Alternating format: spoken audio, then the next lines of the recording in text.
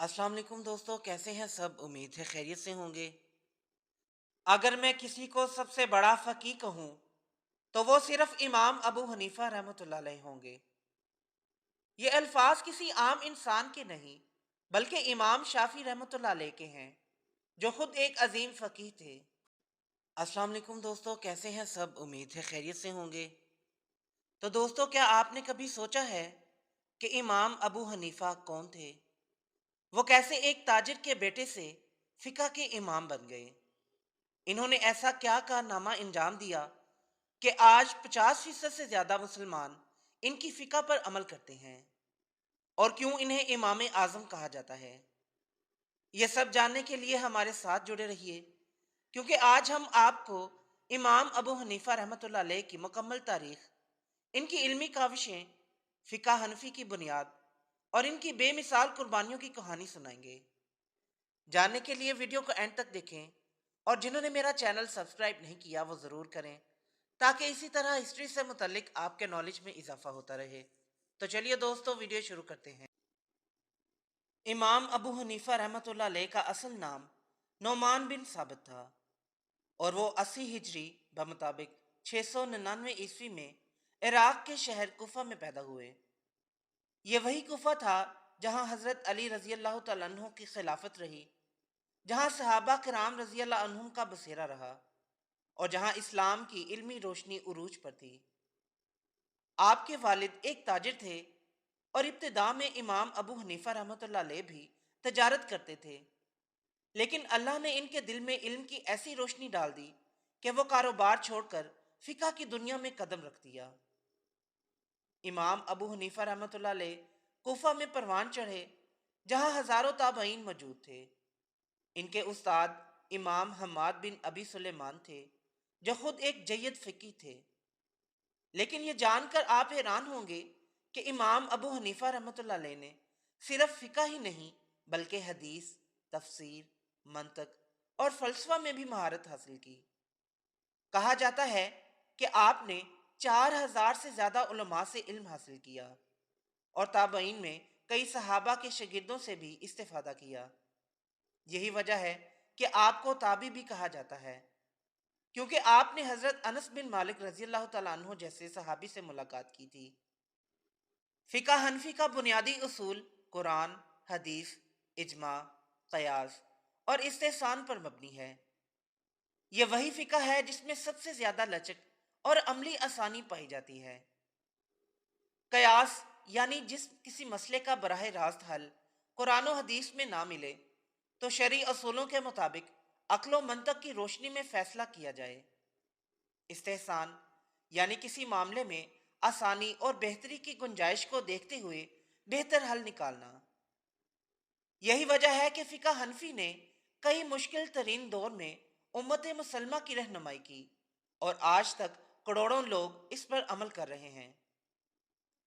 इमाम अबू हनीफ़ा रहमतुल्लाह अलैह ने सिर्फ खुद इल्म हासिल नहीं किया, बल्कि ऐसे अजीम शागिर्द भी तैयार किए जो आगे चलकर इस्लाम के सतून बने। इनके सबसे मशहूर शागिर्द इमाम अबू यूसुफ रहमतुल्लाह अलैह अब्बासी खिलाफत के काज़ी क़ुज़ा बने और फ़िक़्ह हनफ़ी को सरकारी हैसियत दिलाई। इमाम मोहम्मद अश-शैबानी इमाम शाफ़ी रहमतुल्लाह अलैह के उस्ताद भी थे, और फ़िक़्ह हनफ़ी की तदवीन में बुनियादी किरदार अदा किया।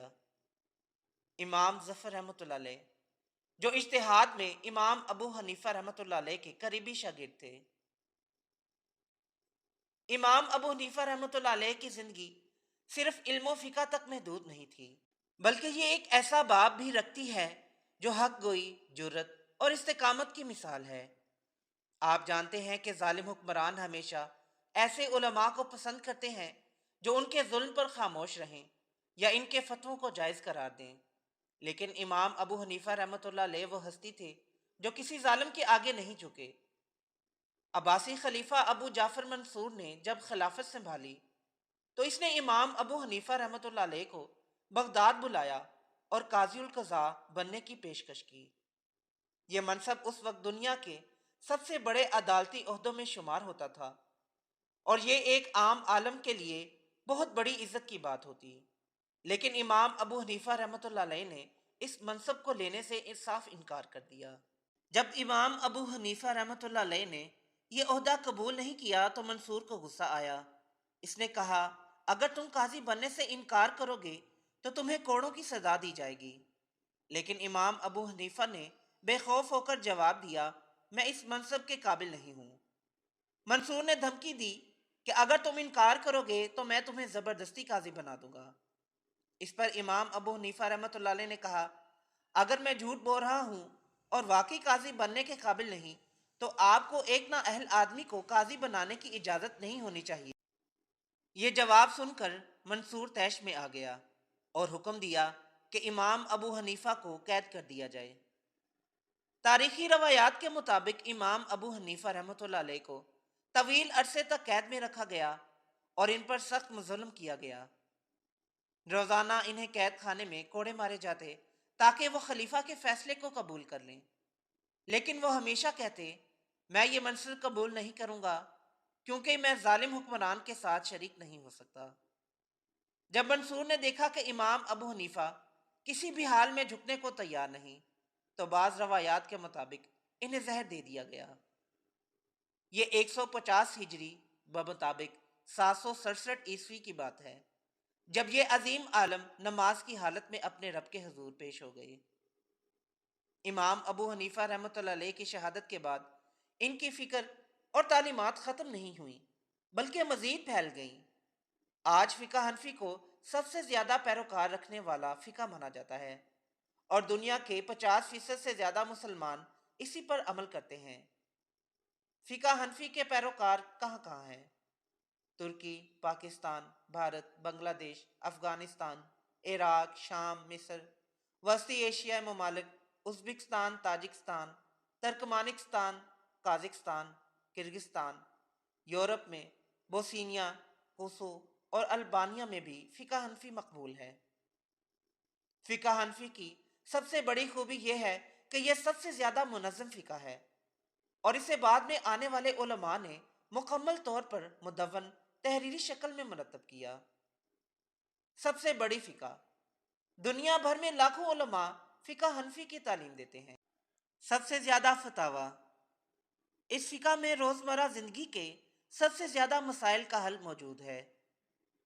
ریاستی سطح پر قبولیت، سلطنت عثمانیہ کے دور میں فقہ حنفی کو سرکاری قانون کی حیثیت حاصل رہی۔ امام ابو حنیفہ رحمۃ اللہ علیہ کی علمی میراث آج بھی زندہ ہے۔ بغداد میں ان کا مزار ایک مقدس مقام سمجھا جاتا ہے جہاں لاکھوں عقیدت مند حاضری دیتے ہیں۔